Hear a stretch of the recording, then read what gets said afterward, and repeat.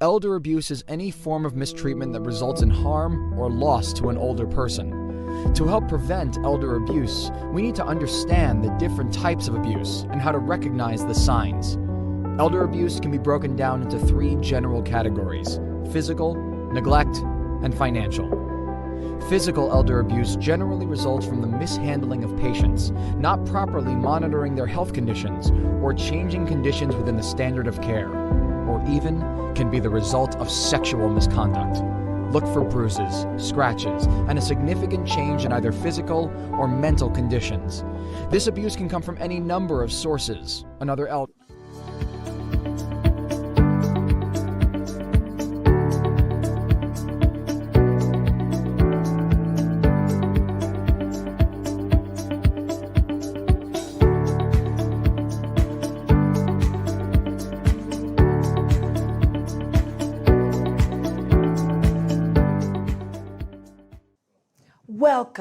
Welcome to the First Coast Black Nurses Association webinar. Today we're looking at a very touchy subject on elder abuse and domestic violence. I would like to thank the panelists as well as my sponsors, Dedicated Medical and AARP. Without further ado, I want to introduce Justine Conley. Justine Conley is an Associate State Director and of Advocacy and Outreach based in Jacksonville. She joined AARP in June of 2016. She's a field coordinator. She provides leaderships to volunteers and community partners. AARP's goal is focusing on the 50-plus population as far as jobs are concerned, finances, caregiving, as well as health. So let's go back to Justine Conley. Justine served in Jacksonville 19 years with an organization, Young Life. She was a staff member. She finished as a vice president of this organization. She was the president of the Multicultural and Urban Ministries. She was over 12 regions. She did lots of outreach, working with young children and mentoring them. She also became the founder of her own organization, J. Conley Consultant, where she focused on providing resources for youth ministries as far as women leadership development. She holds a degree in sociology, and she still mentors youth as well as women. My second co-host today is none other than Pastor Stevie Taylor. Pastor Taylor has ministered with various recording artists. He served on boards and members of different types of outreach ministries of all over, not only Jacksonville, but worldwide. He's the director of different organizations. He's an ordained elder in the Church of God in Christ in June of 2000 by the late Bishop C.D. Kinsey. He has served in so many areas of the ministries, it's just too many to name. He's the founding pastor of Covenant Ministries International Church. He established and organized and assisted churches all throughout the United States. He's a motivational speaker, life coach, mentor, a prayer warrior, and a visionary leader. He's currently serving as the cultural and community specialist for Dedicated Senior Medical. Most of all, he is just a family man, a man of integrity, wisdom, filled with the Holy Spirit, and he also loves God and his people. Today, I want you to sit back and just take in the information from our esteemed panelists as they share the different things that's happening in the population, dealing with the elder population, dealing with different types of domestic violence on elders. Thank you.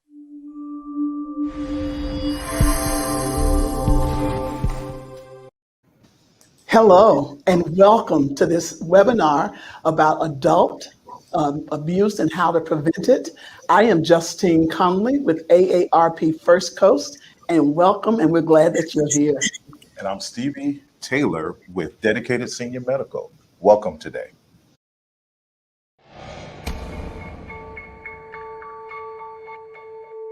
I was working patrol that day, took a 911 call from a dispatch center that said I need to respond to our local hospital where a woman was there and wanted to report that she'd been assaulted by her husband. The neighbor had called the police on prior occasions. On this occasion, the neighbor came to the home, he saw her injuries, was very alarmed, and he took it upon himself to call an ambulance. And then it was the hospital who ended up calling the police because they immediately suspected abuse. When I arrived at Regents Hospital, I spoke with Mrs. Thill, who was in a care unit at that time. She seemed to be in quite a bit of pain. She had sustained some pretty severe injuries to her legs. It appeared she'd been struck multiple times in the face. From there, I went to the house. We both walked up to the door, me and my partner, knocked on the front door, and met Mr. Thill as he answered the door. He was pretty evasive when I started asking about what happened. I asked what had happened with his wife today. He claimed that she had fell and tripped over the cat. The story that Marvin Thill was telling the responding officer just didn't match with the injuries and what Mrs. Thill had told the officer about what had happened. Based on the injuries from his wife and based on the comments from the neighbor, I had enough to put him in custody, so at that time I told him he's under arrest. I assisted him as I walked him out to my squad car. He was able to use his cane. It did take several minutes to get out there. We actually had to pause about halfway between the house and my squad car to actually physically get him in there just because he was out of breath. Sergeant Nicole Peterson and I went to the hospital about a day and a half after the incident occurred. She was very bruised, head to toe. The bruising, had turned to dark coloring. At one point during the interview, she broke down crying and said that she was terribly afraid of her husband. He picked up my walker and he slammed it against my leg. He kept hitting me and hitting me and hitting me. And then he took the walker and slammed it into my stomach. And then he started hitting me again and dashing my leg, hitting and hitting and hitting. And he said, "I'm gonna finish you off." At that point, he switched over to using his fists and started punching her in the head. It just sounded horrific what she was describing. She told them that on prior occasions when the police had come to their home, he had punished her for the fact that somebody had called and told them no one would ever believe what you say. Because a lot of times victims will lie to officers just to protect themselves from further abuse. When a patrol officer goes into a situation where an older adult is there, and that older adult might be just sitting in the corner, not responsive, that's not normal aging. That's not what should be happening. Observe to see if they seem to be fearful. Observe for evidence of wounds.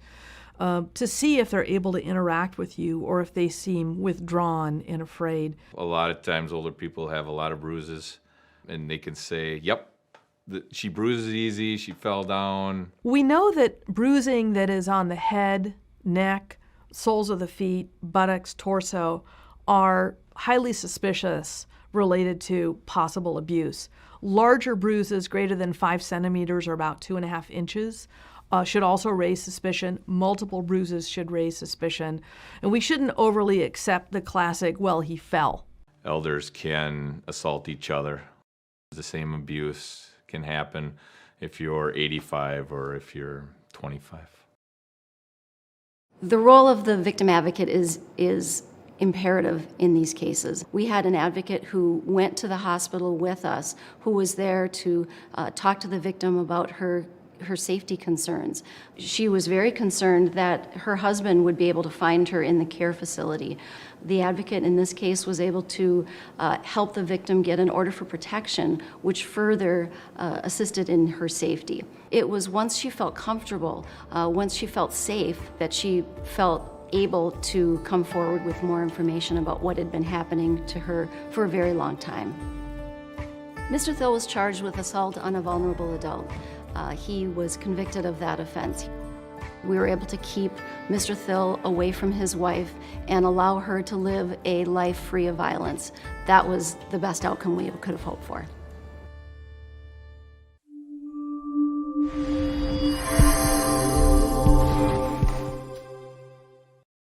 So today, I would like to introduce our first panelist.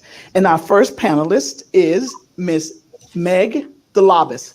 And so Meg has an extensive bio, so I'm only going to read a part of it. Meg DeLobis is the Director of Community Education and Development for Abuse Counseling and Treatment, ACT.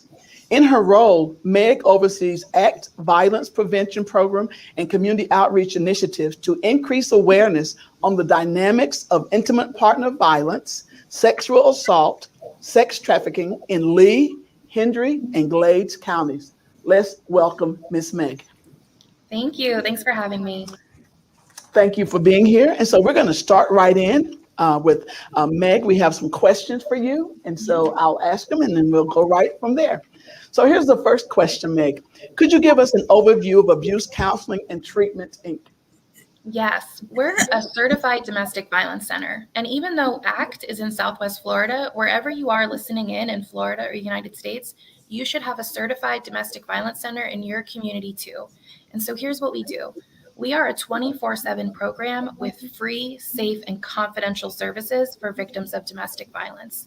And that includes shelter, safety planning, could be legal support, counseling. And so wherever you are listening in, if you find out about your certified center, just like ours, we're all about free services for victims and their children. Wonderful. Thank you so much. So our next question is, please share warning signs of domestic violence in the elderly population. Yeah. One of the confusing things about domestic violence is people only tend to think about physical violence, and that can be part of it. But what domestic violence is about is when someone is trying to control their partner. And so those warning signs actually can be more like the circumstances of their life. So looking at, do they have control over their decisions, where they go, what they do, who they talk to? Have they been isolated? Has some of their adaptive equipment, their hearing aids, different things been taken from them to where they're not able to contact people? Are they no longer being allowed to go to some of their social events or religious events that are important to them? Do they have decision-making power if they're able to in their financial decisions? Any of those opportunities where they should be able to have a say, if that's been taken from them, that's a sign of abuse in the relationship. And there may or may not be signs of physical abuse. It could be like chronic headaches, stomach aches, anxiety, and being withdrawn, and more of those emotional and mental health effects. That's going to be a lot more common. Thank you for that, because oftentimes I think people overlook that they just think that it's physical, and sometimes it's emotional or mental abuse. So thank you for that. So if you would, please list prevention, intervention measures utilized in your practice.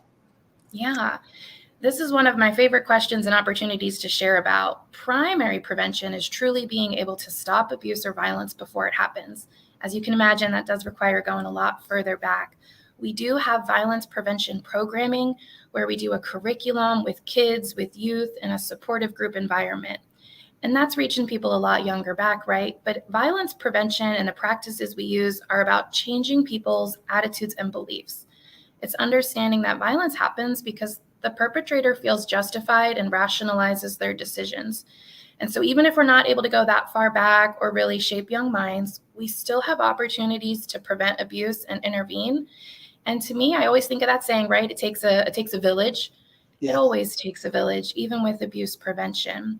The more coordination, what we call a coordinated community response, getting education and training for anyone and everyone who might be interacting with our elders. So that could be food service organizations. That could be the people who go do check-ins for elders. That could be families and friends and church members. That could be, of course, the healthcare physicians. Anyone who might be interacting with our community members and especially elders. Are they educated on domestic violence? Are they trained on how to help? Do they know what to do if they see something? And having that coordinated community response where everyone's invested in keeping people safe is going to be our best opportunity to protect people and care for them if we do see something going on. That is a great help and information. So here we have one more question, and then we're going to keep on going. And it says, how many caregivers support their parents with domestic violence? Yeah, domestic violence is notoriously complicated because it's family, it's people we love, it's people we care about. The important things to keep in mind is that the way domestic violence operates is that abuser in the family, which could be the husband, the father, someone we care about, they've been able to maintain control. They've manipulated other family members. They've manipulated other caregivers and doctors and physicians. And so that victim may be really isolated to where even family isn't supportive, or even other people don't realize what's going on. They may judge them. So we want to be really supportive by learning these signs, learning what domestic violence is about, being a great listener, and empowering them. This is even more important with our elders who may be afraid of losing some of their independence, and their already feel like their dignity might be something that they haven't been getting as much from their family or support as they're aging. So empowering people looks like believing them, listening to them, giving them some education, letting them know about their options and the resources, and involving them in the decision-making process of what they think is the safest for them. We don't know the full picture of what's going on, and safety is a real concern. And so when we go over these things and we involve them in the process, and we, assuming they're a competent, and as opposed to being a vulnerable adult where we're mandatory reporting, involving them in the decision-making process and what's going on, and believing them and supporting them, sounds very basic, but it's truly what works. So I'll wrap up by saying, keep in mind that in an abusive relationship, they don't have the power and control over their own autonomy and their lives. And so as people who are helping, we want to help them gain that sense of power and control back by being supportive and providing education and resources. Wonderful. Thank you so much. And this is such a timely topic as we are doing this during Elder Abuse Awareness Month. And so we thank you for this great information. And we're going to continue on.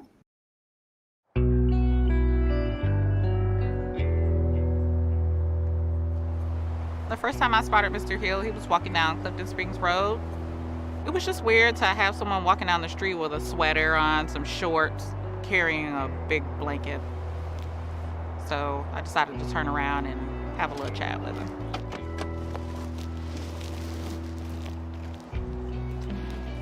Hey, you okay? Initially, he told me that he was being held hostage in a basement. A basement? I'm not gonna lie, I thought he probably was a little crazy. But something was going on, and I was like, okay, well, let me see if there's some truth to this. He was able to tell me his name, his date of birth, the last address on his license. So he was coherent enough. And he actually said to me, he said, I know I sound crazy, but I'm telling you the truth. I patted him down before I put him in my car. Well, he actually handed me some bent up nails. So he explained to me that she actually took the nails and bent them to lock him inside of the room, and the nails held the door together. At that point, I put him into the unit, and then we proceeded to drive around so we could try to find the house. I proceeded to ask him, do you know what your house looks like? He tells me no, he's only seen the house once, and that was when she brought him initially to the residence. Mr. Hill had been in the basement, and he could hear what was going on above him, in the house above him. There was a family up there, there was a dog, and he recognized the bark of the dog. That could be it right there. Right here. At that point, the dog is barking. He says, this is the house, this is the house. He's pointing at the house. I get out as I make my way towards the residence. I come in contact with Mr. Wheeler. Mr. Wheeler was dirty. He had a lot of, crust and stuff on his face like that. He was walking very slow. It looked like he was malnourished. And she asked him, who lives in this house? Do you live with someone in the basement? And that's when he told her that there was another guy, but he had busted out that morning. And she realized, wow, that this maybe this is true. Is this Mr. Hill? He came over, identified Mr. Hill for me. At that point, I asked him to show me where he was, staying in the basement. He proceeded to walk me around the side of the house, and we came to a door at the back of the residence. When I saw what I had, I called for some units to help me secure the location because it was a pretty big house. I called detectives, crime scene out so we could get a search warrant, make sure everything was processed legally. So the chain of custody was there. It was so wonderful that she thought to get a search warrant, to bring a detective to the scene, to bring crime scene out to the scene, to take the photographs and to do everything properly. And that means it was all recorded, and I was able to use it as evidence. While we were out here investigating, Ms. Faust actually pulled up into the driveway. She was in an Escalade. Her daughter was in the passenger seat. At that point, I did transport her down to CID headquarters. This is Detective Russell. I'm out at Clifton Springs Manor. I'm out with Johnny Ray Hill. What's the living conditions like where you were staying? The door is locked all the time until she comes in to feed her. Okay. Which is twice a day. All right, what about sleeping? What do you sleep on? One single bed. You should see his damn bed here. That looks like a damn trampoline for a kid. What about shower? It's a aluminum bowl under the table there in the room. She fill that up every day? No, about every 2 weeks. What about restroom? It's a paint bucket, discarded paint bucket. That's what you do 1 and 2 in.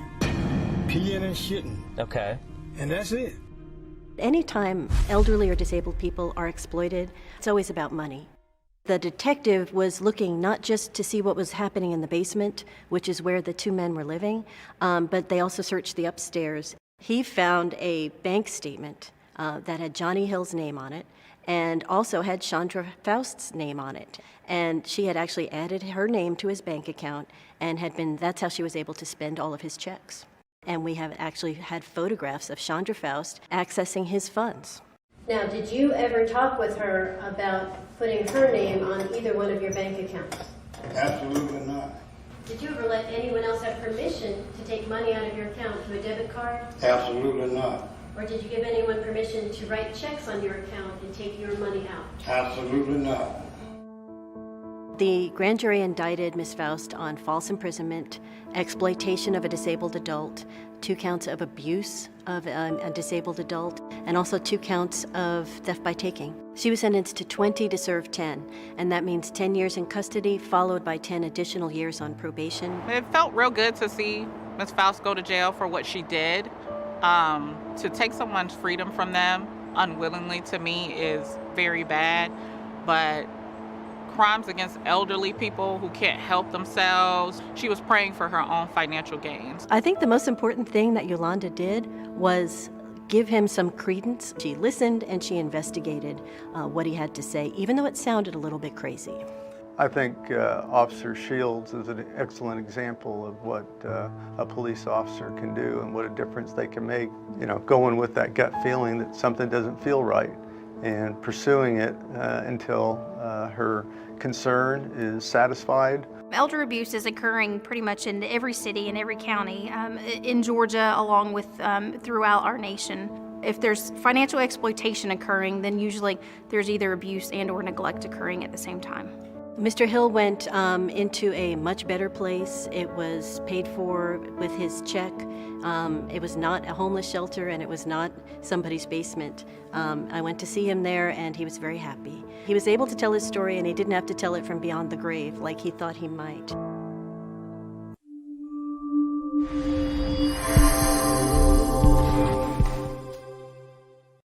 Wonderful. And this is going to help segue us into our next presenter on today. This young lady is someone near and dear to my heart. We've known each other for several years. Her name is Ellen Rawdon. Miss Ellen has been with the Women's Center of Jacksonville for over 10 years. Ms. Ellen was also a Supreme Court of Virginia certified mediator for over 10 years. She resides currently in Mandarin and is the mother of 3 and the grandmother of 2. And I would like to, without any further ado, I'd like to introduce Miss Ellen as one of our panelists on today. How are you doing today, Miss Ellen? Thank you. I have a few questions I would like to ask you today. One of the questions that we have, the basic, we want to get to the basic of elder abuse. What is elder abuse? So elder abuse is any physical, mental, psychological, sexual, unwanted engagement, let's say, with anyone who is in a place of trust relationship with the older adult. And it also includes neglect and financial exploitation, which is often the gateway to the other forms of abuse. Wonderful. What are the indicators of elder abuse? A lot of times we have situations come, and it's just a way that you can kind of indicate what's going on, or those particular things. Yes, so it often is the case where, as was mentioned earlier by Meg and Justine, it is that withdrawn kind of persona, people who used to engage with family members and caregivers and the public, friends and family, no longer do so. They are often fearful in the presence of the person who is the abuser. And then there are all the physical indicators, bruising and all sorts of issues with broken bones and so on. And the injuries are generally in places where it's not obvious to the public or to others that this is going on. And the person is intimidated by the abuser. And so often, as Meg noted, it is someone known to them in this relationship of trust. And the older person is afraid of being sent to a nursing home if they report it. And that's wonderful, because that was leading to the question I had. And you kind of answered it, but I want you to go a little bit in depth. Who are the abusers? Those persons that cause the abuse are elderly. So largely the caregivers in some way, shape, or form. A family member is common, spouse, or someone that is in a primary relationship with the person. Living as a family, may or may not be married, grandchildren, children. It seems that that greed aspect and the power and control are universal, that they are after whatever the older person may have, be it possessions, social security, money, home, car, whatever it is, and they want to get at that source, and they'll use any means possible. Wonderful. I have a question. For us, elder abuse fatality review, the team established in the state of Florida. Can you kind of give us an overview of that? Surely. As Meg mentioned, we started off with a CCR, a Coordinated Community Response Task Force, back in 2013. Our funding comes through the Department of Justice Office on Violence Against Women. And so as part of that program, we created the CCR. Since that time, around 2016, we were fortunate enough to have some additions to our membership, which included a representative from the courts, and also Elder Source, which is the Area Agency on Aging and Disability Aging Resource Center, and the Office of the Attorney General. So when we had that kind of attention, we also had Senator Gibson come to one of our meetings. From that point forward, Audrey Gibson wrote the legislation along with the legislative team. And this was to establish elder abuse fatality review teams in the state of Florida. And it finally passed with the governor's signature in June of 2020. And Melissa Nelson, our state attorney here in this 4th Judicial Circuit, initiated the first formal elder abuse fatality review team meeting in September of 2020. And we are tasked with looking at closed case files, much like the domestic violence fatality review team. And in fact, we have tried to mirror some of their process and protocols. And at this point, the state attorney's office, represented by Octavius Holliday, and Judge Flower and Linda Levin, are working on process for us to make sure that we are confidential and that we are honoring all of the items in our purpose statement. We're not here for shame or blame kind of issues. We're here to improve the protocols, the processes, and work for systematic change so that we will be able to identify more cases of elder abuse before it winds up a fatality. Wonderful. Thank you for your advocacy for our elders in the city of Jacksonville and surrounding areas.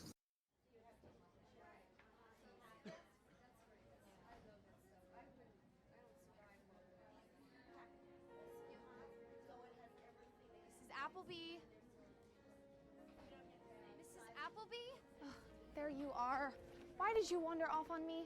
Just stay next to me. Okay? I need some aspirin. Well, you can't have any aspirin. Come on. We have to go buy a few things. Hi, I'm here to pick up for Jane Appleby. Yes, of course. Oh, I saw my good friend Jessica at the party last night. Oh, it was so much fun. Would you like some consultation on this medication? No, we're fine. Okay. And are you going to pay for all this altogether? Yeah, that'd be great. Okay. After this, we need to swing by the mall to pick up a present for my boyfriend, okay? Your total is $85.67. Jane? I mean, Mrs. Appleby, the nice man here needs your credit card.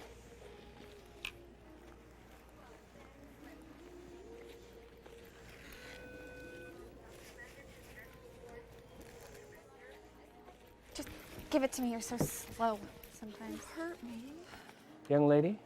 Sorry, she's just really slow. Here you are. So which one is most expensive? Excuse me? Which one is most expensive? Well, this one is. Sorry, I mean the medicines.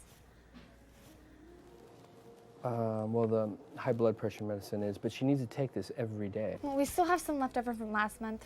She'll be fine. Your total now is $55.27. Great. I just want to go home. Well, just sign here and then we can go. Oh, Mrs. Appleby, you forgot your medicine. Sorry. We're in a rush. Off to the mall now. Bye. Let's go. Come on. Come.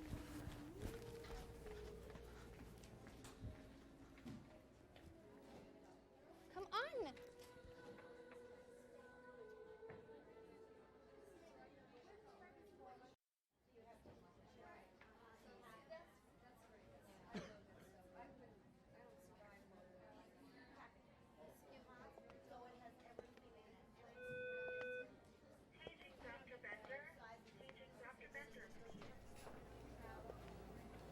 Hi. Good afternoon. How can I help you today? I'd like to pick up a prescription for my father, Okay. And you are? James Jones. But my father is Hank Jones. I see. At 4444 Cypress? That's it. Hold on one moment.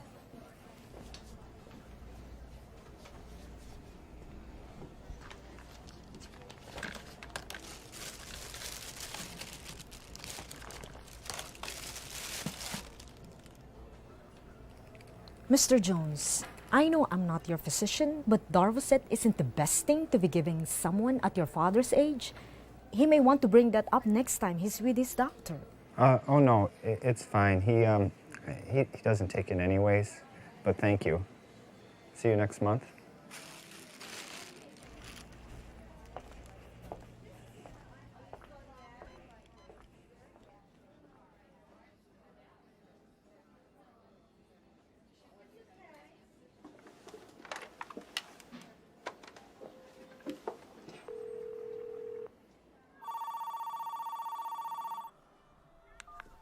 Hello? Hello, is this Hank Jones? Yes, it is. Hi, this is Marmy from General Pharmacy. I'm calling to ask you a few questions regarding your account with us and to make sure you are getting everything you need. Okay. Well, we have you taking Noprazole, Benzapril, and Diltiazem.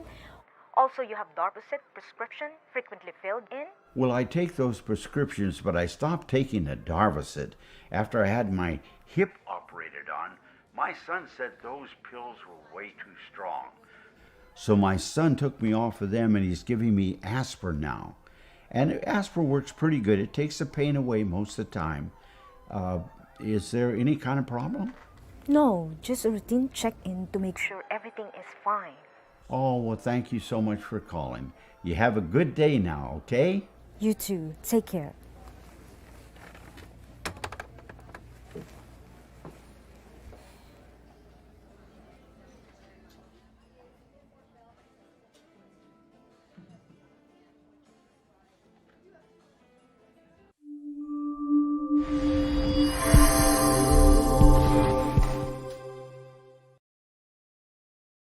Thank you so much to our panelists. And we have a third panelist, and he has also, when the Black Nurses Association does this work, they bring in top people. And so they have top bios. And so I will not do this bio justice. And so I'm just going to jump in. And we have with us today, Paul Kelman. And Mr. Kelman is the Regional Director of Adult Protective Services, Department of Children and Families. And in some capacity by the department, he says, I continue my path of growth and development and recently received certification in trauma and resilience, Level 1, Florida State University on February 9, 2021. So he is continuing to grow in his task and what he has been tasked to do and given to do. And so it says, his last piece, it says, the foundation of all my achievements is my faith. It is my faith in God that has instilled in me the principles for success, the principles of honesty, integrity, honoring commitments, treating others with respect and reverence toward God, providing positive reinforcement for success in both my personal and professional life. So with that, we welcome Paul Kelman. Thank you so much. And so we're going to start with our questions for Mr. Kelman. Welcome, welcome. Thank you. And thank you for not going through my whole 33 and a half years of with the department. What is, our first question, what is abuse and the different types of abuse addressed by the Department of Protective Services? Okay. Well, the Department of Children and Families Adult Protective Services Program is mandated under Chapter 415.101 through 415.113 of Florida statutes. And we are dedicated to protecting vulnerable adults from further abuse, neglect, exploitation, or self-neglect, and enabling adults with disabilities to remain in the community. So when we talk about abuse, and Elaine spoke about this earlier, abuse is any willful act or threatened act by a relative, a caregiver, or a household member, which causes or is likely to cause significant impairment to the vulnerable adult's physical, mental, or emotional health. Abuse includes acts as well as omissions. And we talk about neglect, and neglect is the failure or omission of part of a caregiver, on the part of a caregiver or vulnerable adult to provide care, supervision, and services necessary to maintain the physical and mental health of the vulnerable adult.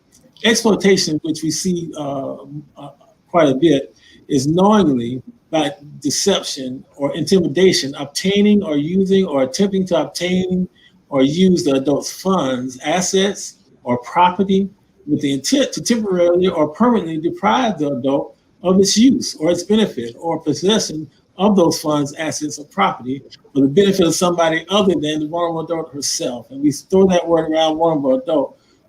By statute, for a vulnerable adult is a person 18 years of age or older whose ability to perform the normal activities of daily living or to provide for his or her own care or protection is impaired due to the mental, emotional, sensory, long-term physical or developmental delay, dysfunction, brain damage, or infirmities of aging.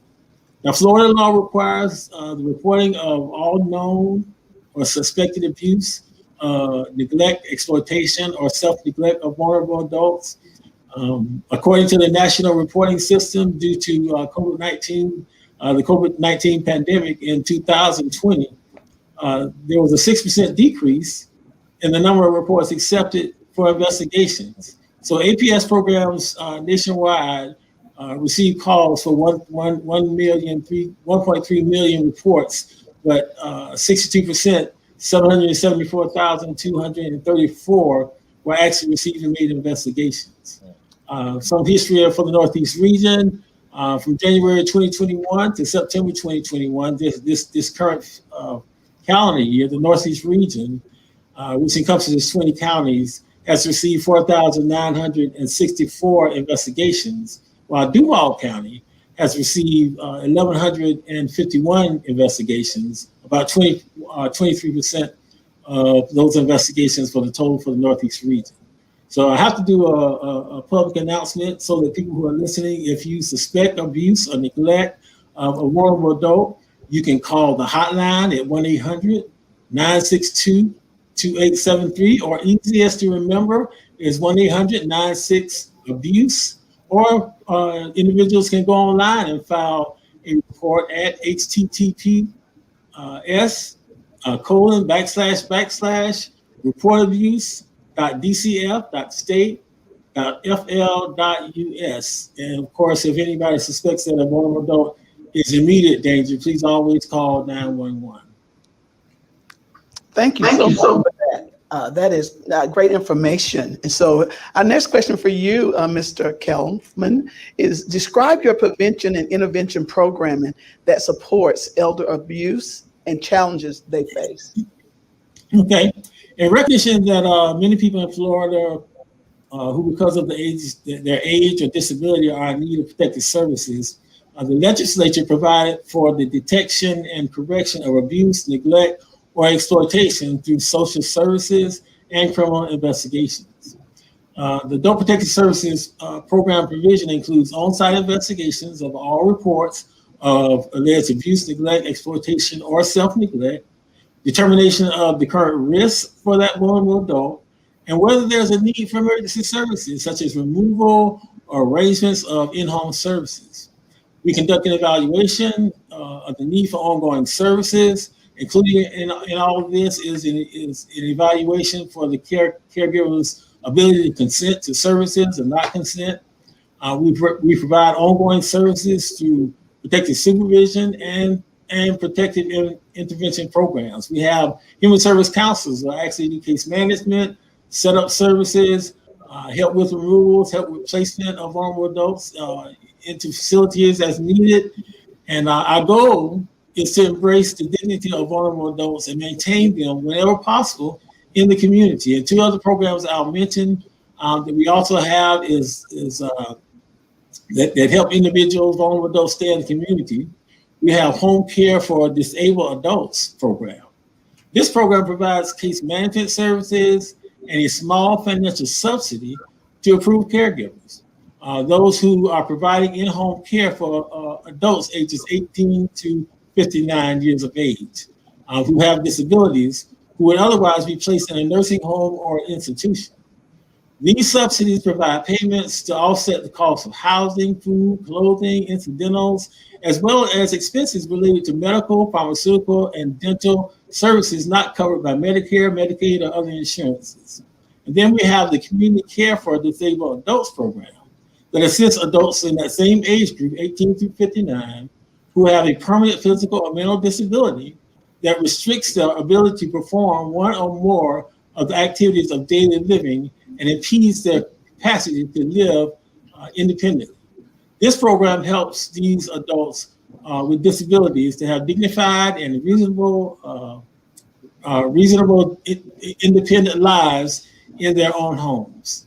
These type services include food delivery services, adult daycare, case management, chore services, escort services, and homemaker services. I know that was a mouthful. Now to our last question. I'm just going to combine it a little bit together. Describe the training and professional development you offer professionals in supporting the elderly population. And is there a plan in place for law enforcement, your staff, to recognize, or could caregivers take your training online? The Department of Children and Families APS program, we provide training to any professional, any entity upon request. And the goal of this training, the goal is basically to enhance awareness of the state of Florida's mandatory reporting requirements, to provide an overview of the Florida Abuse Protective Services program, and to improve communication between professionals and the Florida Abuse Hotline, which includes law enforcement and other entities that of their knowledge about abuse, neglect, exploitation, and self-neglect of our vulnerable adults. It is not available online, but upon request, we will go in person. A story you will only see on ABC 6 News at 5. Oh, well, we're sorry. Sorry not for this pain. A Columbus great-grandmother is out of the hospital tonight after police say her own grandson broke her arm and her hip. We told you about this attack last week, but tonight, this 90-year-old shared her story with ABC6's Lisa Rontola. Lisa joins us live to tell us why. Carolyn, this 90-year-old wants people to see the ugly side to elderly abuse. Unfortunately, it's becoming all too common in America, with more than 500,000 victims a year. Now, her grandson, he's still locked up tonight right here at the Franklin County Jail, but many of these cases never get reported. Did they have you up today, Mom? Yeah. Did they? Only 5 days ago, 90-year-old Anna Rhea McCrae was at her own home doing dishes. Why, your hand is itching? Yeah. Well, probably because the bruises are healing. Now, she's bedbound with a broken arm and broken hip. Police say the 83-pound woman tried to pry her 210-pound grandson off of her daughter, who was receiving punches to the head and punches to the face. But in the process of her helping me, she got hurt the worst. Police say 41-year-old John Spindler backhanded his grandmother, causing her to hit the floor. You got hit and knocked down? I got pounded down. It's violence that Anna Rhea says comes after years of abuse. I love them like I love my own children. She's allowed Spindler to live with her these last 25 years. She's been called names, had her walls punched out, and supplied shelter and food rent-free. Oh, well, we're sorry. Sorry and not for this pain. Now Anna Rhea says she's finally at her rope's end. But it comes at a time that she may never get to go home again. I hope this will be a lesson to John and all teenagers. Be good to the old people. They're not here to hurt you. Spindler's bond was set last week at over $500,000. Now, if you suspect elderly abuse with someone you know, you need to watch at 6. I'll get into what you should watch for and what you should do. Reporting live from the Franklin County Jail, Lisa Rontola, ABC6 News.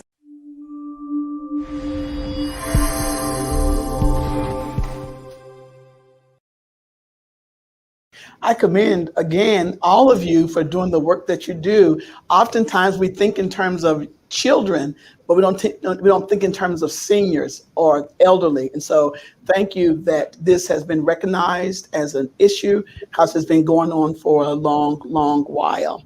And so I'm going to ask Mr. Taylor to talk to us about Dedicated Medical. Yes, I am with Dedicated Senior Medical Center. I am the Community Cultural Specialist for the Jacksonville market. Dedicated Senior Medical is a primary care for those who are 55 and above that's on Medicare. We have 3 locations, one currently. We're in the process of expanding and growing in this particular region. We have a location on Blanding Boulevard, Edgewood Avenue, and in Arlington, across from the Regency Square Mall. So the good thing about Dedicated, we're primary care that actually look out for our seniors. A lot of times the seniors are one of our vulnerable populations. They a lot of time is misused, and like we have with our subject today, they're abused. We are not a doctor's office that see primary care, the children, teens, and those particular things. Our focus is on our seniors. Our seniors, they need that special care. They need that special touch. We work a lot even with the Women's Center, especially when we find out there's different types of abuse that may happen with our patients. So we refer them to the appropriate organizations that's going to be able to help them, also with Elder Source, just to make sure our seniors are okay. We right now we're in the process of what we call open enrollment, and this is the perfect time to come and find out more about Dedicated Senior Medical. By me being the person, the community cultural specialist, we have what we call membership growth consultants that I help support that can actually give you an opportunity to come and take a tour of any one of our 3 facilities. We have in-house pharmacy. We have in-house labs. So you don't have to go to LabCorp or those other places. You can come right there at our location and do all your lab work there. Because we find out when you give seniors a lot of referrals, it's a 9 times out of 10 chance that sometimes they may not go and get that blood work done. If they can get it done in this right there at the same place, we can get their lab so that we can do what we need to do so we can find out how we're going to help them live longer. Our goal and our focus is to help them live at least 5, give them more 5, add 5 or more years back onto their life, to give them the quality care as a doctor's office, go well and beyond just a mediocre doctor. We try to see our patients often because we're preventive care. We don't want you to come when something is going on. We want you to come so we can prevent those things from happening. We have saved a lot of seniors' lives. My mom is actually a patient at Dedicated Senior Medical. So that shows you, if I feel trustworthy about that place, dedicated to be a place for my mom. So guess what? I'm an advocate for seniors all over this city. And I would like for them to have the best doctors that actually give you the doctor's cell phone number. So if you need to contact them anytime, you can reach out to your own primary care versus trying to reach a conversant and never get to your doctor or have to wait 6 months to get into your doctor's office. We don't believe in that. We are doing something that's new, innovative, that's actually specialized for our senior population. So if you have any questions, feel free. I don't know if the number will be on the screen today, but you can always reach out to me and I will connect you with one of our membership growth consultants, and they're going to give you one of a banner tour of our facilities so that you can get to know more about Dedicated. Thank you. Wonderful. Thank you. I always love being in a place that I can learn. And so as she said, I am Justine Conley with AARP First Coast, and that's 19 northern counties. And so AARP, a lot of people think they know AARP, but I'll just give you a real quick, brief description of who we are. AARP is the largest nonprofit, nonpartisan member organization that represents more than 37 million members across the United States, Puerto Rico, Washington, D.C., and the U.S. Virgin Islands. And so our whole purpose is to help people 50 plus choose how they live as they age. And I say to people all the time, tell me an area that does not include aging. So here's why AARP is really vital at this time. And I saw a commercial that AARP did. It says, the younger you are, the more you need AARP. I scratched my head and said, what? But here's why AARP is making that statement. A young person that is currently born right now that is 7, 8, 9 years old, they could live to be 110, 112 and beyond that. Now think about that. So a young person that could live long and healthier lives, we're saying that you need people like AARP, that's an advocacy organization with the topics and the areas. We've done research in any area that you can count on or think about. AARP has done research. And so this longevity economy is saying that folks are living longer and they're living stronger. And so how do we want to position ourselves as an innovative organization that thinks about, works on, and delivers and empowers people to do and live their best lives. And so that is about who we are. And a lot of folks say, oh no, AARP, are they tracking me? How do they know I turned 50? I said, I'm going up to 45-year-olds, because if you keep living, you're going to be 50. But we want to help you know that AARP is one of the leading organizations in the area of caregiving. And so one of the frontline workers for elder abuse and the awareness and the people that's going to see elder abuse are going to be caregivers. Sometimes it's the caregivers that are the perpetrators. But we want to make sure that you know that AARP has resources for caregivers. It says that if you're not a caregiver, you keep living, you're going to be one, or you're going to need to be cared for. But all of us are going to need resources. And so we want to help you know that you can go to aarp.org/caregiving. We have a caregiving guide. We have one for veterans. We have one for all kinds of different kinds of caregivers. There are multiple caregivers. And so as we talk about senior abuse and awareness of that abuse, sometimes we want to come alongside and say, where are some places that you can report it?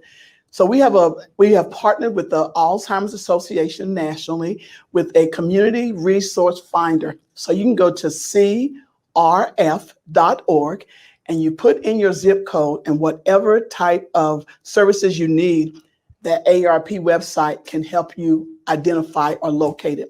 And I tell people all the time we have all kinds of partners. One is which is Elder Source, and we say Elder Source is the first line of defense. And so we give you that Elder Source number and tell you to call them as well as AARP.org. And so I am privileged to be here as one of your moderators today to talk about elder abuse and how important it is. If you see something, say something, because if we keep living, we're going to need someone to say something and to take care of us as well. And so with that, we're going to go back to our panel and ask them, are there any end or lasting statements that you would like to make?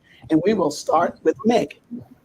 Yeah, I just want to share also, I know it's one of the reasons this gets to be so hard is because of that intimate partner, the family dynamics that we talked about, right? And so your local domestic violence center, organizations like ours, we're also here for families and for what we call secondary victims, the people who are affected and impacted by the abuse too, the people who care about that elder and are just trying to navigate, how do I help, what do I do? And some of my favorite stories are when I hear about the staff who got to talk to that mom or the daughter who was panicking about what to do. Especially in Florida, we have a lot of elders who maybe their family members are in other places in the country. And so keep in mind that we have these 24/7 helplines for the caregivers, for people who are concerned, people who are not sure, to help walk you through the process. It's wonderful that you're here today in this webinar, but there's a lot more to learn and do, right? So keep in mind that our 24/7 helplines for domestic violence centers, we're here to help you navigate and walk through that process if you're concerned about an elder. Thank you. Wonderful. And before Ms. Ellen would give you the opportunity, I just want to let you know, Ms. Justine, that this year I became an AARP also person. So I just want to put that segue, put that little plug in there. So I am AARP. So Ms. Ellen, we would like to give you opportunity to give some final remarks, please. Surely. The Elder Abuse Program at the Women's Center of Jacksonville offers temporary assistance for housing. Sometimes older people can't find a place in a shelter that is safe, and so this emergency housing assistance provides for up to 6 weeks in an extended stay hotel and pet shelter and replacement eyeglasses and prescriptions if that's the case that they can't return to their home safely. And we have a 24-hour rape crisis hotline because we are a certified, the certified rape crisis center for Duval, Baker, and Nassau counties. And we recommend that you call that hotline number 904-721-7273. Wonderful. So Mr. Kelman, you have the last word for our panel today. All right. Well, I just want to echo your comments about if you see something, say something. We know that adult abuse is underreported. According to the National Adult Maltreatment Reporting System in America, an estimated 5 million, 1 in 10 seniors experience elder abuse, neglect, or exploitation. In Florida, 7 out of 10 investigations involve a victim over the age of 60, and financial exploitation is the leading form of abuse. We know Florida is the retirement capital of the United States. So prime opportunities that those who would abuse or exploit adults have in Florida. And we need to be mindful of these things and be aware and take on the trainings offered from our staff as far as the awareness, as far as how, reporting. And I'm going to throw out the abuse report number one more time. And I do appreciate the time that you've given me today to talk about it. To make a report, you can call 1-800-96-ABUSE or 1-800-962-2873. And thank you all. Thank you.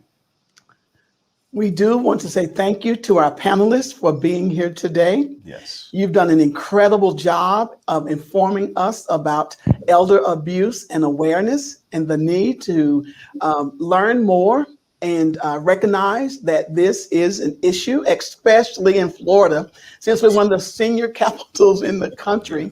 And so we thank you for being with us today. Ms. Meg. and I said Kelman, I think it's Kellum. Yes, ma'am. That's correct. On M, so I apologize with that. And Ms. Rodham, thank you all so much for being with us today. Last words. Yes, thank you all. Every one of your organizations is working to help advocate for our seniors in this particular region. Continue to do the great things that you do. I'm going to also, by me being a pastor, I'm going to also advocate to my peers in the faith-based community so that they can make those things and those programs available for their congregations, because you'd be surprised what's going on, and sometimes people don't have the resources or the information to be able to get the resources they need to help their families and their communities. So thank you again for everything that you do in this particular region for our elders, to help them be an advocate for them. Thank you. Thank you. Thank you.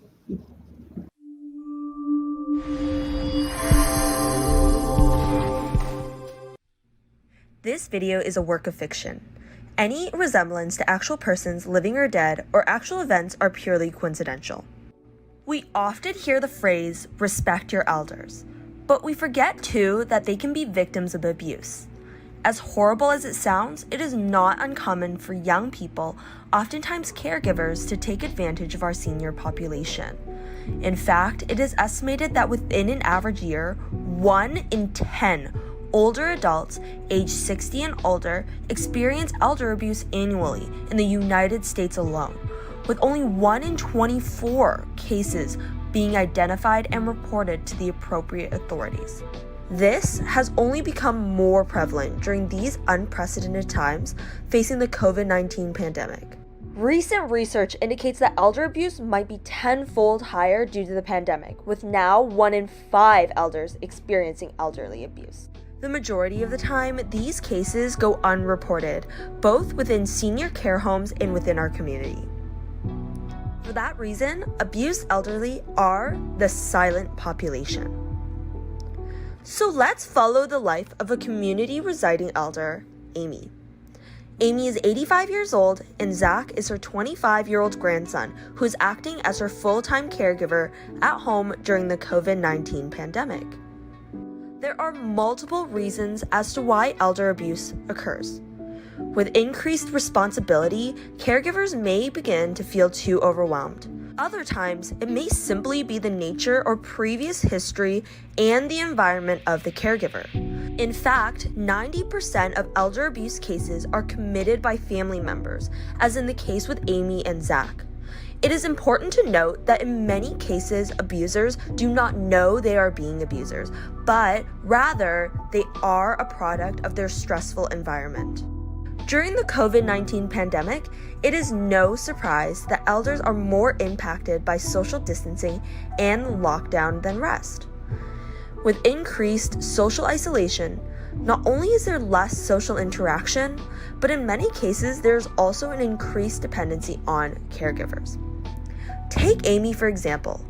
She doesn't really understand how programs like Zoom work, and she can't go to her weekly bingo nights with her friends anymore, making her increasingly dependent on Zach. He constantly calls her a burden and belittles her, subjecting her to an extremely manipulative relationship. Additionally, Zach is under a tremendous amount of stress. He recently lost his job due to the pandemic and feels like his entire life is engulfed by caring for Amy. Zach knows that Amy has saved up retirement money and decides to compensate himself for being her caretaker. Amy notices that he is stealing her money, but feels like she can't speak up about it, fearing that she will lose his care. Problems like this are faced by an overwhelming percentage of elders, especially during the pandemic. During these times, not only is the risk of catching COVID-19 a greater concern for the elderly, but there's also a variety of negative health outcomes due to the increased social isolation and elderly abuse experienced during this pandemic. First, verbal, physical, sexual, and financial abuse are all shown to contribute to feelings of psychological distress. These abusive environments can lead to the development or worsening of mental disorders, such as generalized anxiety disorder, depression, or even post-traumatic stress disorder. Furthermore, physical and sexual abuse may result in physical trauma, such as bruising from being hit or restrained, cuts or lacerations, or further damages to their physical selves. For example, broken bones. Overcoming these forms of abuse can be extremely challenging, as the bodies of the elderly are frail and take longer to recover. Abuse may also worsen pre-existing conditions, such as dementia or affective disorders. Chronic stress caused by elderly abuse may even trigger a biological pathway that actually induces a new physical illness, such as a heart condition. Lastly, with the negative health outcomes comes the increased risk of mortality as a result of various illnesses, mental or physical, brought upon by the abusive environment. So how can we address the issue of elder abuse? Well, most of these issues can be primarily solved by the government. However, personal changes within our community will help, such as providing more resources to mental health. For example, therapy programs designed to assist elders and caregivers going through these hard and lonely times. Providing more and making more accessible classes to assist in decreasing caregiver stress. These can be classes designed to the learning of a new skill or focusing on a hobby. Providing financial assistance to caregivers will lessen any burden on caregivers that would leave them to feeling overwhelmed, especially during COVID-19. Improving housing with tools will allow greater accessibility for elders with functional impairments, overall decreasing the dependency elders have on their caregivers. This would include additions such as seated bathtubs, stair lifts, railings, etc. Creating more hotlines designed to report elderly abuse and making them more accessible via investing in television ads or commercials would help elders get the help that they need. And lastly, increasing the penalty for caregivers who are reported as abusing their elders, such as creating steeper fines and even longer jail sentences if found guilty of more extreme charges. Let's check back in with Amy. One day, Amy is watching TV and notices that the senior safety line has popped up on their screen. She quickly calls the line, and the nice people on the other side directed her to a therapy program, which helped her resolve many of the negative mental health outcomes that she was facing. Zach was also recommended to take therapy, classes, and apply for government financial caregiver assistance. His external stress factors reduced significantly and started providing better and more mindful care for Amy. Now, both of them are living a happier and more fulfilling life amidst the pandemic. Now, if you know of any elderly that is being abused, please call and report it. 1-800-962-2873. Again, 1-800-962-2873. Wow, wasn't that amazing? Such great information. I learned several things here. There are physical abuse is not the only type of abuse. I was really amazed with Mr. Paul when he said the number one type of abuse, believe it or not, is financial, because they're always trying to get something from that elderly person. I thought it was really great how Meg talked about the different resources that even though she's from the Miami-Dade area, her resources is not only her organization serves in the Miami, but all over the U.S. And I thought that was really great of the different resources and counseling and treatment protocols they have in place. Ms. Eileen, she really shed light on her center is a haven for women, rape victims, to attend her places. And she talked also about some of the local resources as well. So thank you so much for sharing that information. And I have to give it up for our co-hosts. I mean, wouldn't you agree? They did a phenomenal job. They really were a good team. And so thank you so much again for the audience for taking time out of your day and watching our presentation again with the First Coast Black Nurses Association.